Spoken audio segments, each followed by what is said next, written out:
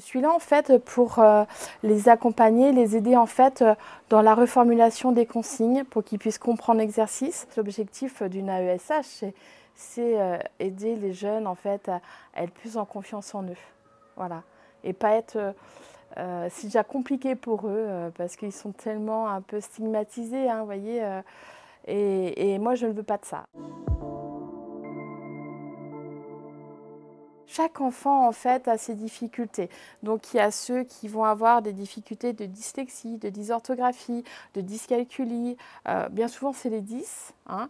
Et puis, il y a aussi d'autres enfants qui ont, en fait, on appelle ça des TDAH. Moi, j'aime pas tous ces termes qui sont des troubles de l'attention, en fait, hein, de l'enfant et de concentration. Donc, il faut remobiliser à chaque fois dans leur travail. Alors, il y a une formation de 60 heures obligatoire dès qu'on signe notre CDD. Et donc, dans ces 60 heures, il y a une partie donc sur informatique qu'on fait à la maison et une autre partie en présentiel sur certains thèmes donnés plus spécifiquement. Ça, c'est vraiment un travail au quotidien et qui se voit petit à petit. On ne peut pas tout maîtriser tout de suite et ça, il faut aussi se l'accorder, quoi. Et en plus, la formation, elle n'est pas non plus tout de suite. Donc, faut vraiment prendre le temps, observer et voilà, essayer de se mettre dans sa peau. C'est des valeurs humaines. Moi, j'avais besoin de ces valeurs-là.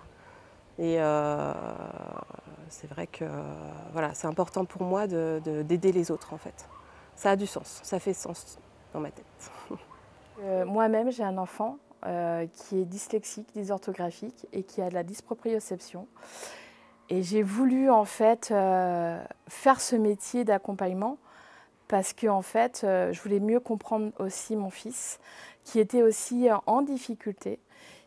Et du coup, ça m'a permis aussi d'avoir aussi une formation pour comprendre aussi comment accompagner aussi. Et ce qui m'a servi aussi pour mon fils. Et à ce jour, voilà, je prends et je donne en fait ce que je sais.